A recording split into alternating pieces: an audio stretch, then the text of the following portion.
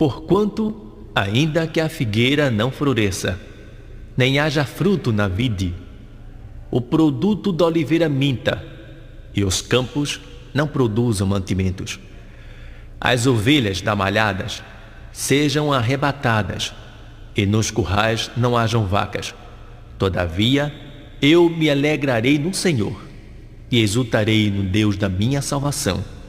Jeová, o Senhor é a minha força, e fará os meus pés como os das servas, e me fará andar sobre as minhas alturas. Abacuque, capítulo 3, versículos 17, 18 e 19. Meu nome, Marcos Antônio Rego da Silva. Sou membro da Assembleia de Deus. Antes de eu lhe falar sobre a grande tragédia que eu enfrentei, eu falo antes do meu novo nascimento. O meu encontro com Jesus foi no navio, no alto mar, na viagem do Rio para Alagoas, o maior dos encontros. Nesse dia, eu estava completamente deprimido. Foi no mês de abril de 83. Angustiado, eu estava na popa do navio. Eu era marinheiro. Fiz um curso na Escola de Aprendiz de Marinheiro em Recife, estado de Pernambuco. Eu estava completamente deprimido. Tinha dinheiro, mas eu não tinha paz. Amigos só das discotecas, das boates, dos bares. Estava realmente triste nesse dia. De repente, um jovem com um radinho começou a tocar uma música de Roberto Carlos, Cavalgada. Vou cavalgar por esta noite numa estrada colorida. Me deprimiu mais ainda. 2 marinheiros foram jogar o lixo do navio fora. Eles observaram a hélice triturando o lixo.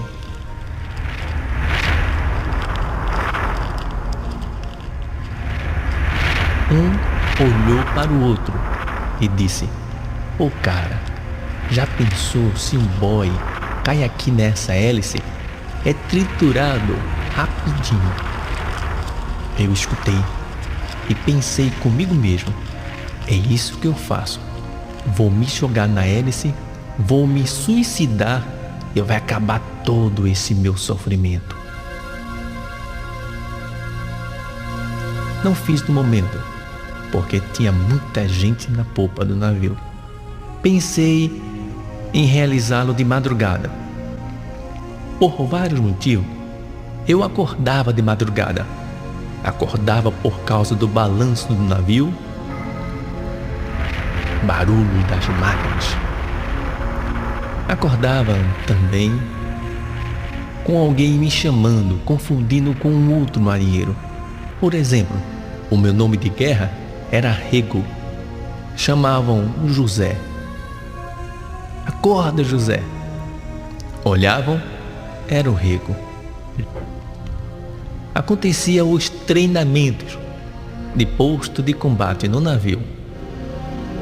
Creio que tudo isto aconteceu. Eu não acordei. Acordei só no dia seguinte, com o som da alvorada. Alvorada, exceto quem fez o quarto de 0 às 4. Me sentei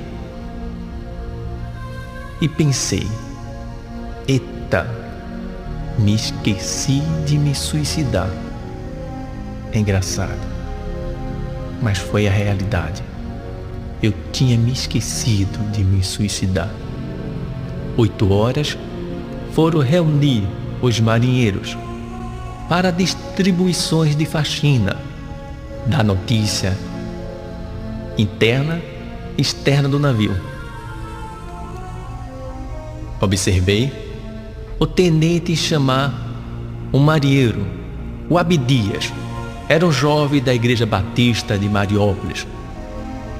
Eu me identificava muito com Abdias. Ele sempre me falava de Jesus, mas eu não queria saber de ser crente. Naquele momento, o tenente chamando o Abdias, eu vi o Abdias chorando. Perguntei para os outros marinheiros por que ele estava daquele jeito, tão triste e chorando. O pessoal disseram que o seu pai tinha falecido no domingo, tinha sepultado na segunda e já era terça-feira. O nosso navio estava no alto mar e não havia possibilidade de Abdias ir rever o seu pai. Ele tinha que aguardar até a sexta-feira, quando o navio chegaria em Alagoas. Meu amigo estava triste. O que fazer para dar uma alegria ao Abdias? Pensei comigo mesmo. Vou ao culto, no navio, vou ser crente para agradar o Abdias. Depois eu saio fora. Fui ao culto, 8 horas da noite, e cheguei lá. Leram a palavra de Deus no livro de Mateus, capítulo 24, versículo 3 em diante. E foi cantado um hino que dizia assim: Jovem, eu vejo em teu semblante, atrás do teu sorriso, tu vives um dilema. O teu viver é triste e tão amargurado. Tua vida é vazia e até já tem chorado. Mas hoje, Jesus Cristo te guiou para neste lugar habitar. Alegra o teu triste olhar, esqueças a amargura. Jesus quer te salvar. Meu coração mexeu, mas eu não queria ser crente, era para agradar o Abdias. Fizeram o apelo: quem quer aceitar Jesus como Salvador? Levantei a mão. O Abdias sorriu. Olharam para mim e disseram: Rego, dobre os joelhos, que agora nós vamos orar por você, para que Jesus escreva o seu nome no livro da vida. Tá certo, disse eu. Dobrei os meus joelhos. Quando eles começaram a orar por mim, eu comecei a chorar. Mas era um choro diferente da segunda. Na segunda, eu chorando, eu queria morrer. Naquela terça, eu chorando, eu queria viver, era bom chorar. Hoje em dia eu entendo por que eu chorei. Era porque a minha alma estava encontrando com o verdadeiro pão que é Jesus, a verdadeira água que é Jesus. A minha alma chorou. Não era para agradar o Abdias, era para agradar a minha alma. Naquele navio, não só o Abdias, mas todos os evangélicos cuidaram de mim, me discipularam, me orientaram a procurar uma igreja mais próxima de minha casa. Eu fui congregar na Assembleia de Deus em Brás de Pina, Rua Taborari 869, Rio de Janeiro. Lá, os irmãos com muito carinho cuidaram de mim, particularmente o Pedrito e sua esposa, que me deram acolhida em sua casa. Nas minhas férias no Recife, quando eu ia para casa, antes de ser evangélico, eu enchia a cara no Recife, levava marinheiros para minha casa. Minha família gostava até. Agora, como evangélicos, quando chegava no Recife, eu ia para os círculos de orações, que começa no Recife às 9 da manhã, vai até às 4 da tarde. E tem o chamado acampamento, que começa às 5 horas da manhã e vai até às 4 da tarde. A minha família não gostava muito não, porque eu não parava em casa. Nas férias de 85 para 86, a minha mãe chegou para mim e disse: meu filho, você está muito magrinho. Tome esse comprimido para engordar. Tome um por dia.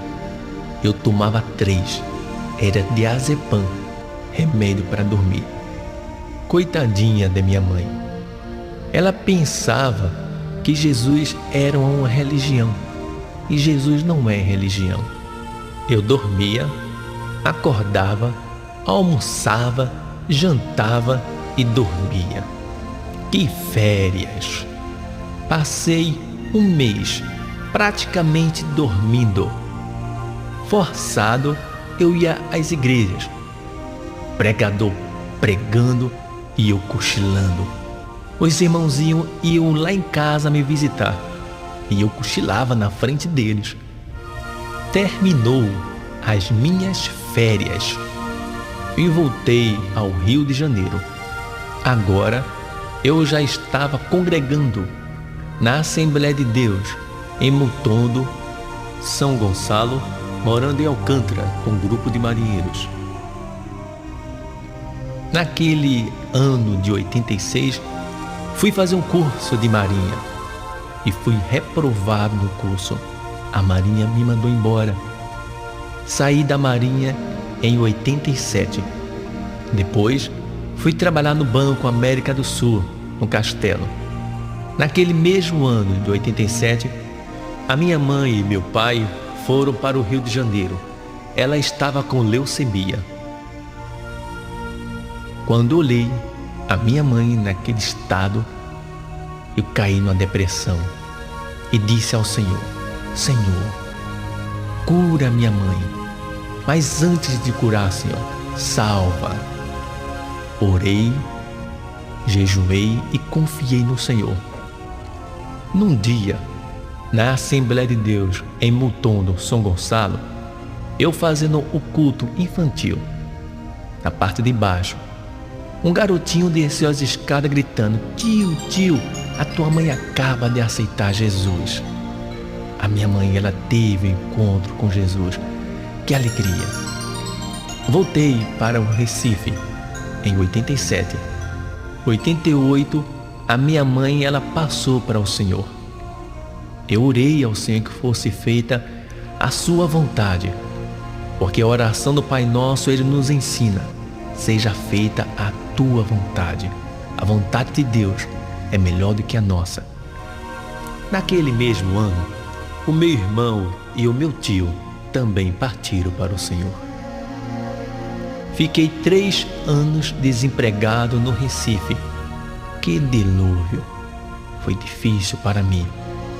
Decidi voltar para o Rio. Mas antes de voltar para o Rio de Janeiro, o Senhor me impulsionou a eu orar e jejuar pelo meu futuro.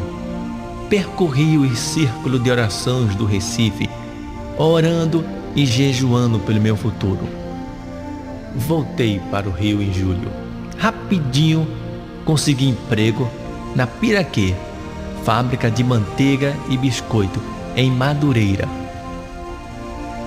Trabalhava no horário de 12 às 22. Quando eu largava, pegava o trem das 10h30 e pregava no trem.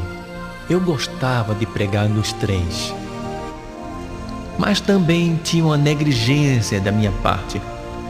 Quando eu ia para o trabalho, eu saltava do trem. No lugar de pegar a passarela, eu andava pelo trilho.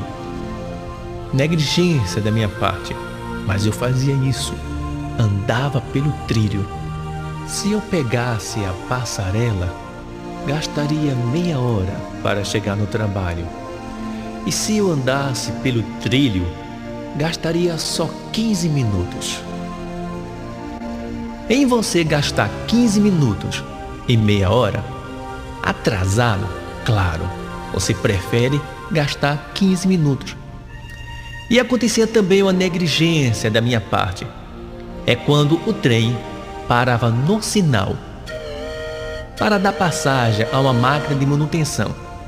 Os passageiros abriam a porta do trem, pulavam e saíam andando. Nessa área da Turiaçu, em Madureira, dava só 100 metros da Piraquê. Eu também pulava e saía andando pelos trilhos. Neste dia, 16 de fevereiro de 91, peguei o ônibus para ir para o trabalho e peguei o trem. Era no sábado. Eu trabalhava pela manhã.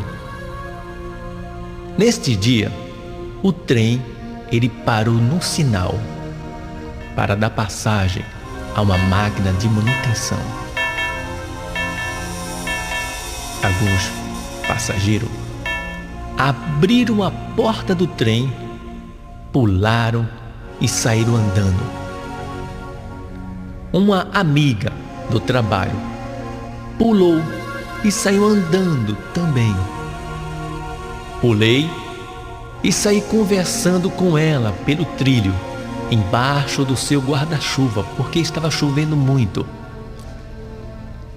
Quando eu observo, estou deitado no trilho, sem entender nada.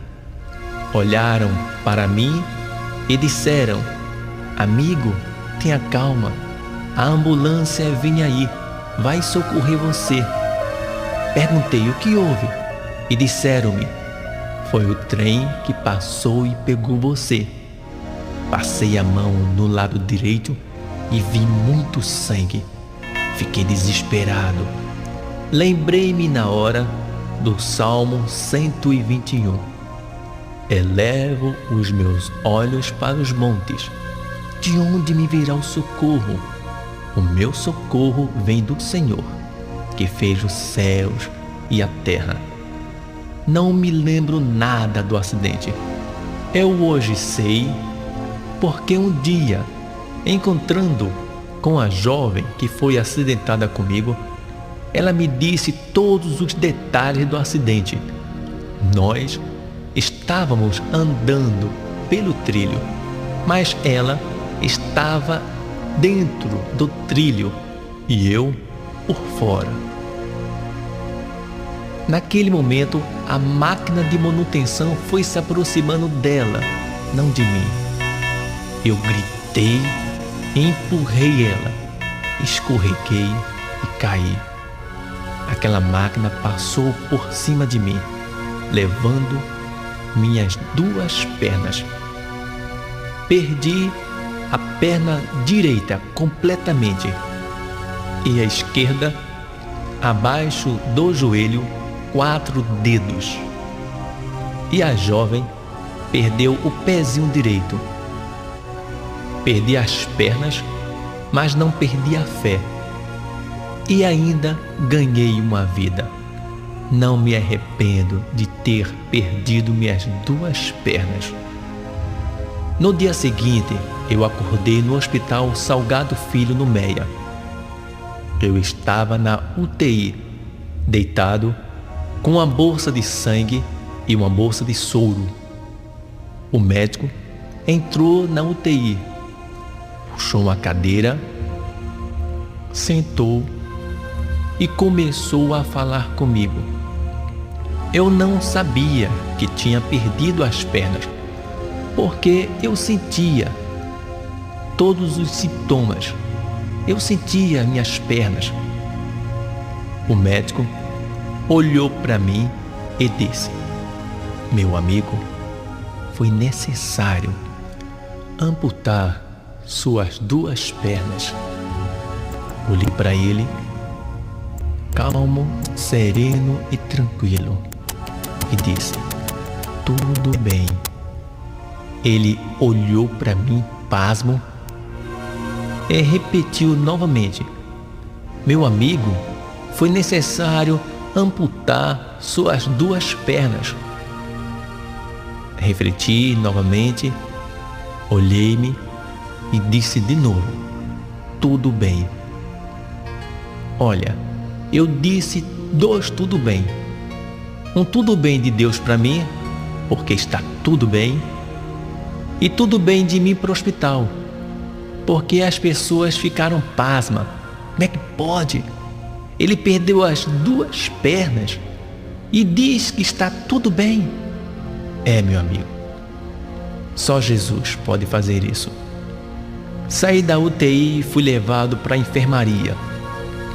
Como estava tudo bem comigo, eu agora, com uma cadeira de rodas emprestada do hospital, eu ia de sala em sala visitar os pacientes, orava por eles, cantava no hospital, cantava muito.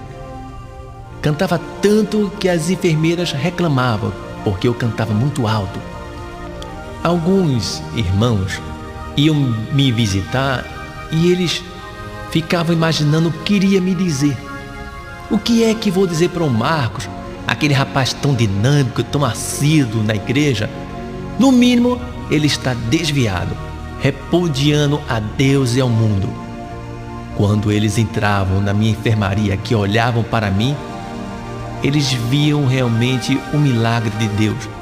Eu estava bem, estava alegre, porque eu tinha perdido as pernas, mas não a fé. Todo aquele clima bonito no hospital, o nome de Jesus Cristo sendo exaltado. Um certo domingo, o meu médico, entrou na minha enfermaria e disse: Marcos, você precisa fazer uma cirurgia nesse seu lado direito. Vamos ter que cortar essa carne podre, do tamanho de um palmo mais ou menos. Tudo bem, doutor. Quando vai ser?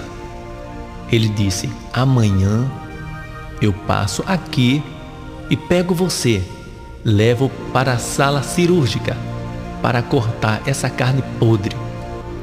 Fique tranquilo, você vai tomar uma anestesia geral ou então a hack. Não vai doer nadinha. Tudo bem, doutor. Mas acontece que na segunda-feira ele não apareceu. Marcou para terça. Terça-feira ele também não apareceu. Eu já estava numa condição caótica. Trocava 4 lençol por dia por causa da secreção. E também não comia. Uma enfermeira me ameaçou e disse: Marcos, se você não comer, vai entrar no soro. E eu não queria entrar no soro, porque se eu entrasse no soro, não poderia mais visitar os pacientes de enfermaria em enfermaria. Tinha que ficar deitado. Um paciente me deu uma sugestão para eu não entrar no soro. E disse: Marcos, sabe o que é que você faz para não entrar no soro? Sim, o que é que eu faço? Porque eu vomitava muito. Ele disse: quando você for vomitar, você engole o vômito. O quê? Engolir o vômito? Você é louco. Tudo bem. No dia seguinte, quarta-feira, o médico não apareceu. Não tomei café da manhã, não almocei.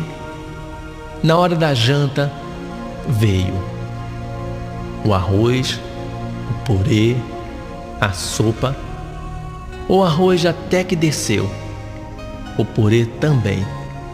Mas a sopa, o cheiro da sopa, a boca encheu. Comecei a vomitar. Enchi a boca, os pacientes olharam para mim como no ato de vibração. E naquele momento, eu engoli o vômito. Desceu azedo, mas eu engoli. Tinha que ser assim. No dia seguinte, quinta-feira, o médico apareceu e disse: Marcos, infelizmente não temos anestesistas, salas cirúrgicas, material cirúrgicos, mas você tem que fazer esta cirurgia. Olhou para mim e disse: quer fazer agora aqui, sem anestesia? Parei, olhei para ele e disse: doutor, sem anestesia? Ele disse: sem anestesia. Mas cortar seco assim, doutor, ele disse: tem que fazer. Hoje eu entendo que eu estava pegando uma gangrena. Tinha que ser urgente essa cirurgia. O médico já tinha mandado a minha irmã Rosângela e o meu pai Antônio te retirar da sala, porque eles tinham ido para o Rio de Janeiro. Fechou a porta da enfermaria, trouxe material cirúrgico, todos os pacientes vendo, Só eu que não via, porque ele tinha colocado o pano me cobrindo. Pegou o material e começou a me cortar. Meu amigo, foram muitas dores cruciantes. Naquele momento, a minha mente voltou-se para Isaías, capítulo 53, versículo 4, que diz: verdadeiramente, Ele tomou sobre si as nossas dores. Jesus, naquela cruz, suportou toda a dor, suportou a minha dor. Ele me ensinou que eu posso suportar toda a dor, seja qual for. E eu sentindo as dores. Uma enfermeira de deboche olhou para mim e disse: irmão, canta. Em outras palavras, quero ver você cantar agora, porque eu cantava muito no hospital e ela reclamava. Naquele momento que ela disse canta, olhei para ela e comecei a cantar.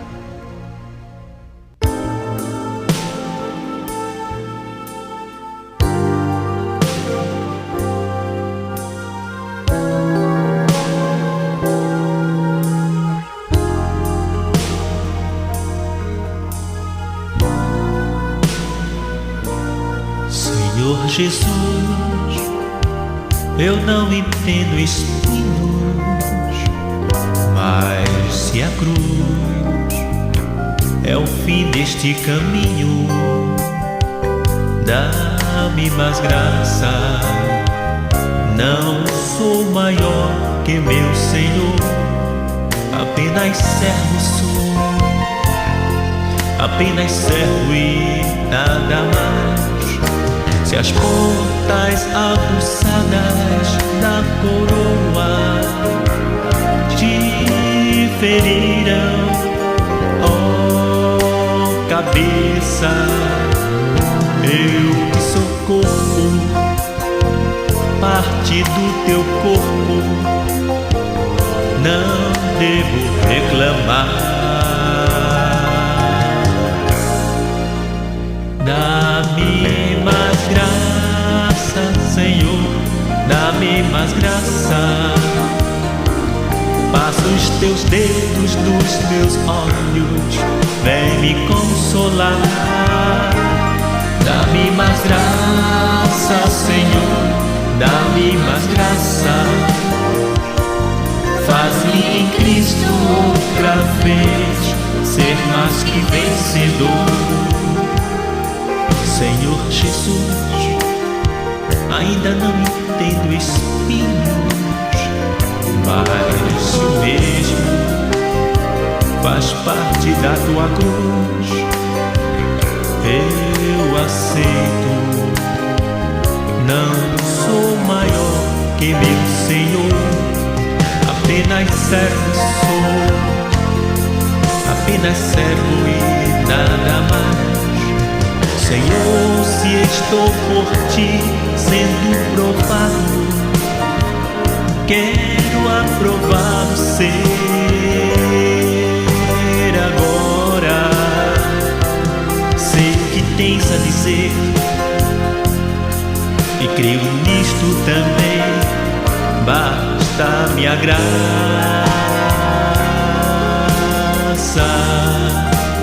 Dá-me mais graça, Senhor, dá-me mais graça.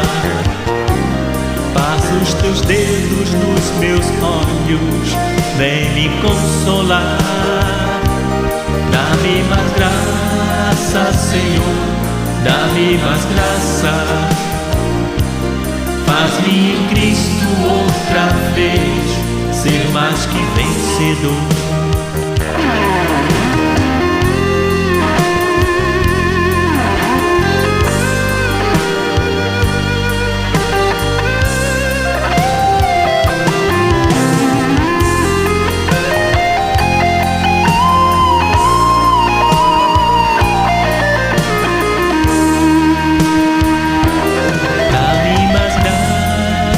Senhor, dá-me mais graça. olhos, vem me consolar. Dá-me mais graça, Senhor, dá-me mais graça. Faz-me em Cristo outra vez. Faz-me em Cristo outra vez. Faz-me em Cristo outra vez. Ser mais que um vencedor.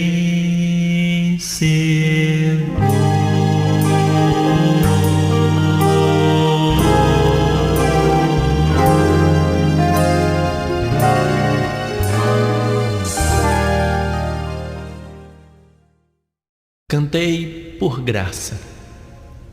Jesus me deu graça e eu suportei toda aquela dor. Um rapaz da minha enfermaria olhou para mim pasmo e disse: "Pô, cara, como você aguentou toda esta dor?"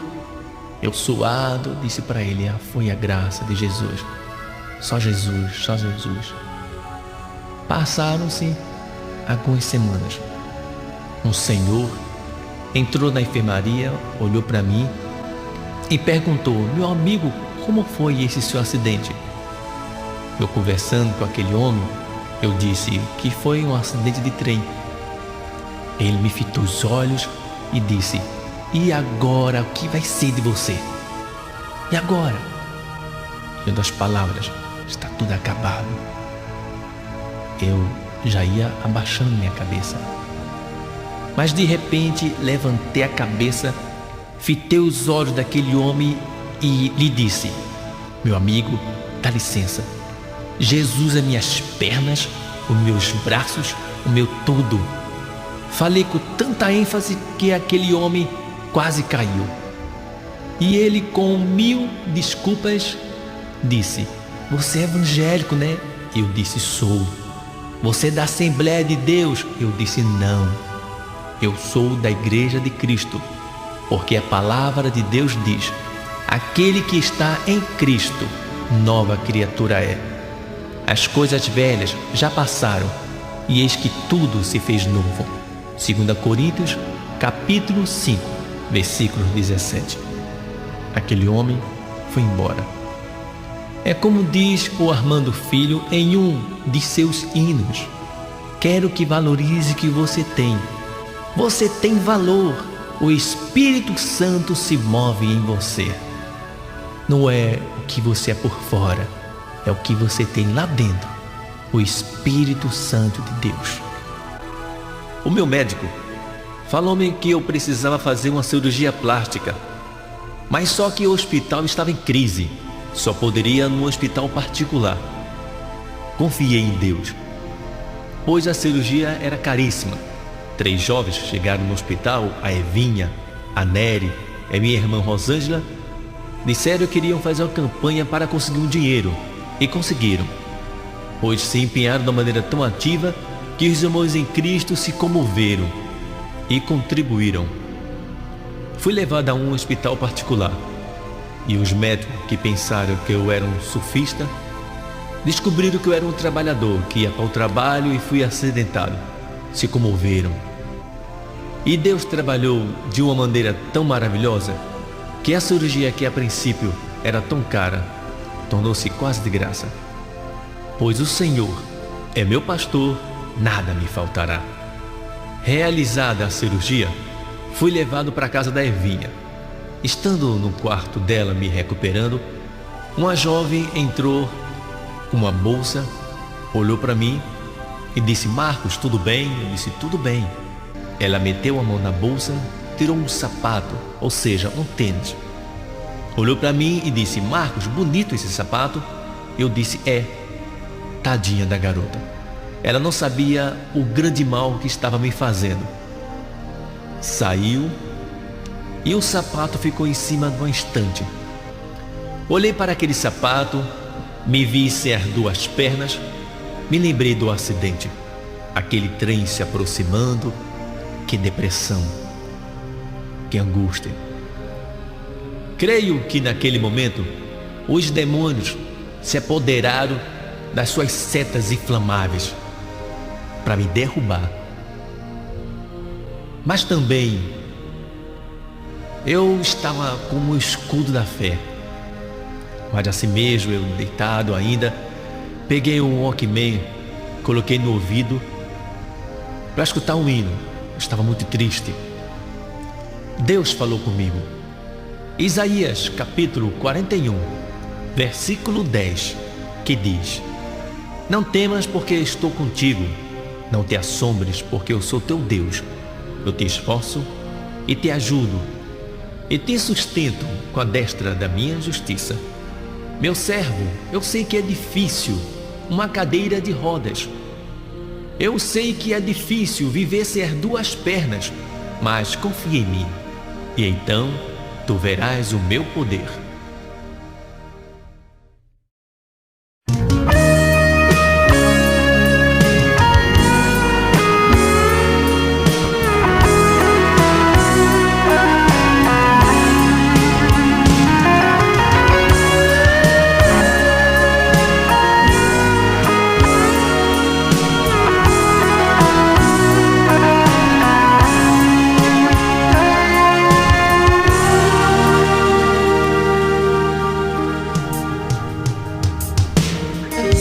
Como é importante, meu Jesus,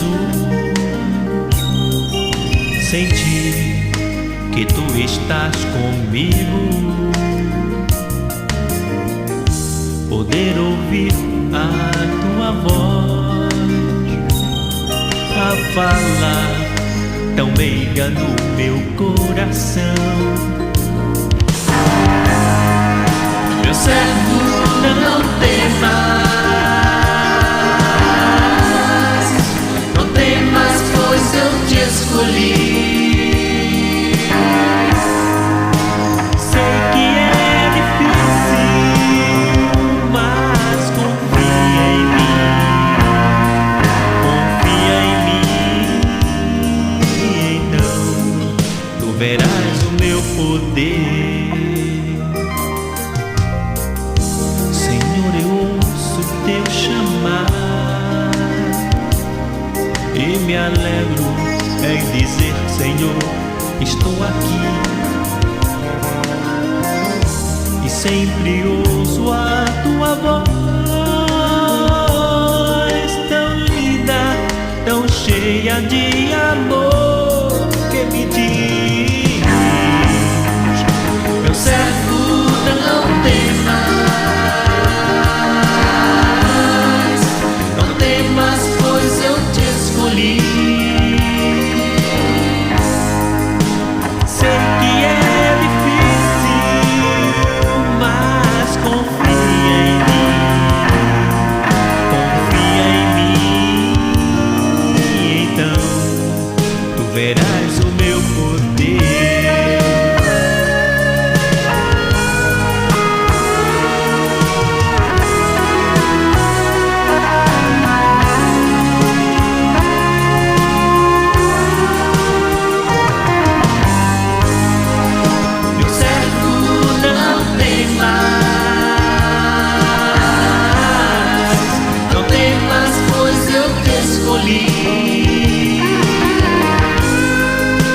Sei que é difícil, mas confia em mim.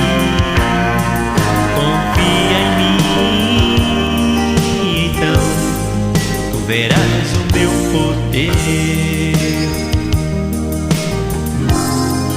Tu verás o meu poder.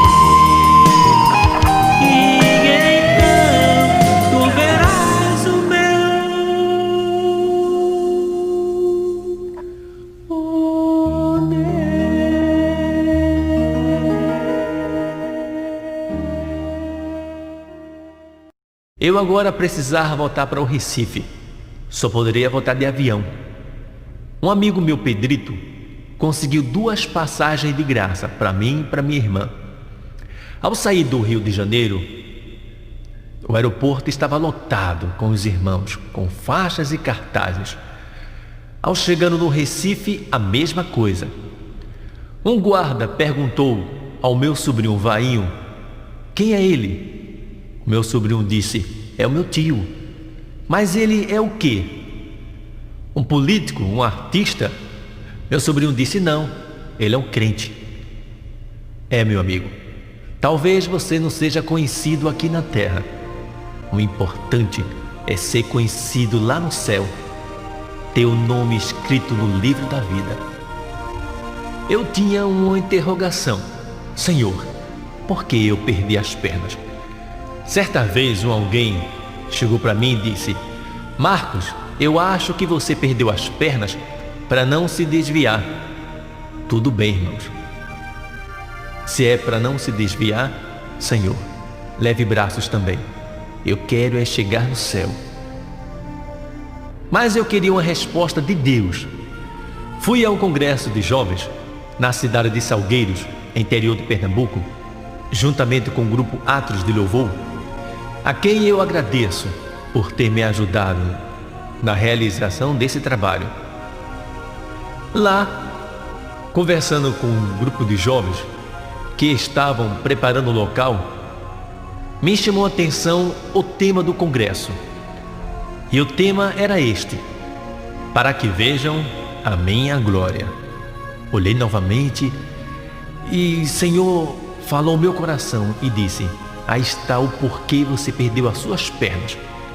Para que vejam a minha glória na tua vida, porque mesmo sem pernas, tu vai trabalhar muito.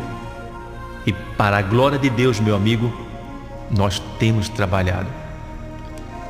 3 meses depois, mais ou menos, eu subindo no ônibus com os jovens, o motorista olhou para mim e disse: sabe por que você perdeu as suas pernas? Eu disse: sei, porque eu já sabia. Aquele motorista concluiu e disse: para que vejam a glória de Deus na sua vida. Confirmação de Deus, meu amigo. Antes de sair do Rio de Janeiro, colocamos a rede ferroviária em questão, porque o trem ele tinha vindo de ré.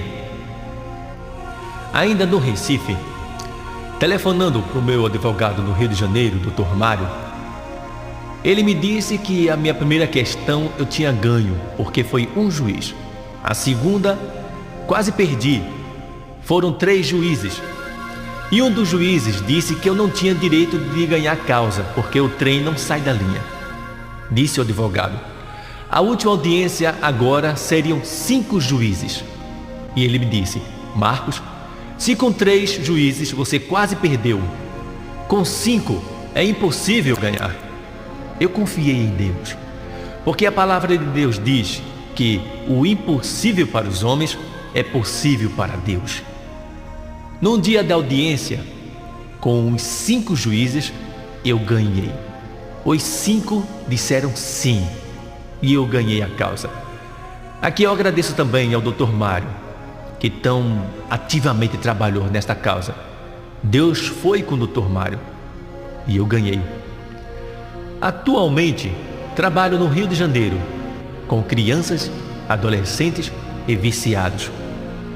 Com crianças, os CIEPs, que têm uma oportunidade de entrar nos colégios e trabalhar com as crianças dos CIEPs. Adolescentes são a Patrulha Mirim. O pastor João Bispo é uma entidade que consegue vagas nas empresas para as crianças, e eu sou o capelão da Patrulha Mirim. Viciados é o Esquadrão da Vida. A irmã Silvia e o irmão Wilson. Trabalho com eles também, levantando os mantimentos juntamente com as igrejas e oferta para o Esquadrão da Vida. E eu digo, meu amigo, Deus tem feito coisas lindas, maravilhosas na minha vida. É um grande milagre que Deus fez em mim. Mas eu concluo dizendo para você, tá? Que a minha maior alegria é porque eu tenho o meu nome escrito no livro da vida. Mas você que deixou a casa do Pai, e você que nunca teve encontro com Jesus, eu te digo: quero que me escute agora, pois esta é a hora. Amanhã pode ser tarde demais. Quero que entendas, meu amigo, partir sem Jesus é um perigo. Não vá sem o aceitar. Se eu soubesse que iria perder minhas pernas num acidente de trem, eu nunca teria ido de trem para o trabalho. Eu não sabia do meu daqui a pouco, quanto mais do meu amanhã. Você não sabe. Por isso eu termino com esse conselho, dizendo para você: quero.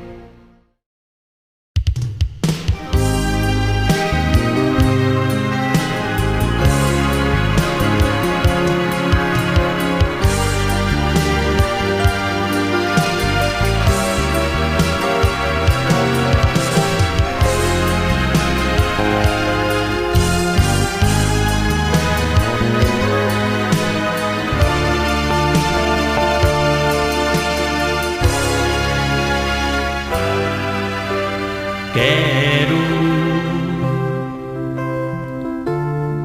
que me escute agora. Se esta for a hora, pra onde você vai?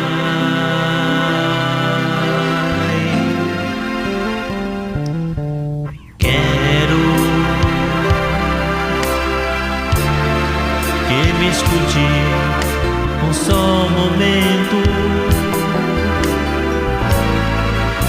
Partir sem Jesus é só tormento. Não vá sem o aceitar.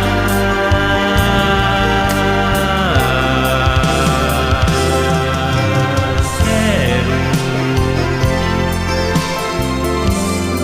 que o aceite agora, pois esta é a hora. Amanhã pode ser tarde demais.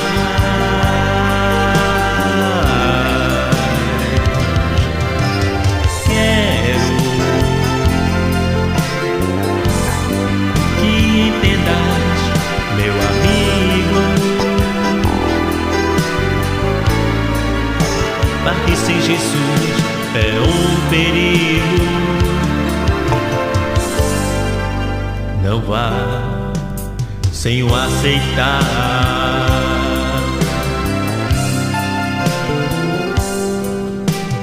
Quero que vejas tua vida. Drogas, álcool não é saída pra fugir deste mal.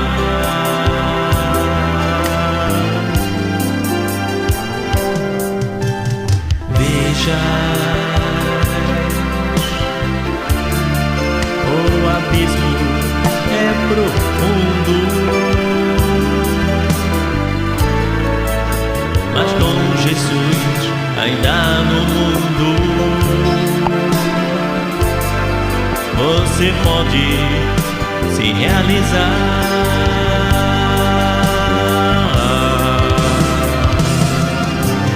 Quero que o aceite agora, pois esta é a hora. Amanhã pode ser tarde demais.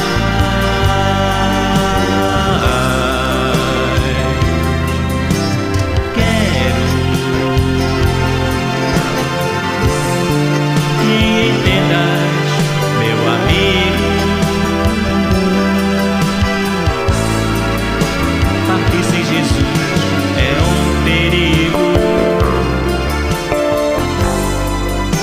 Não vá sem o aceitar.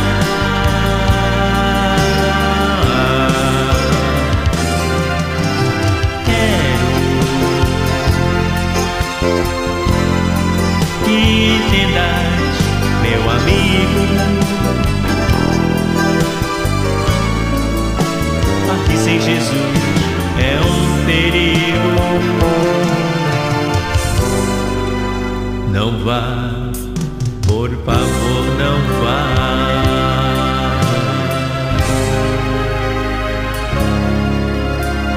Quero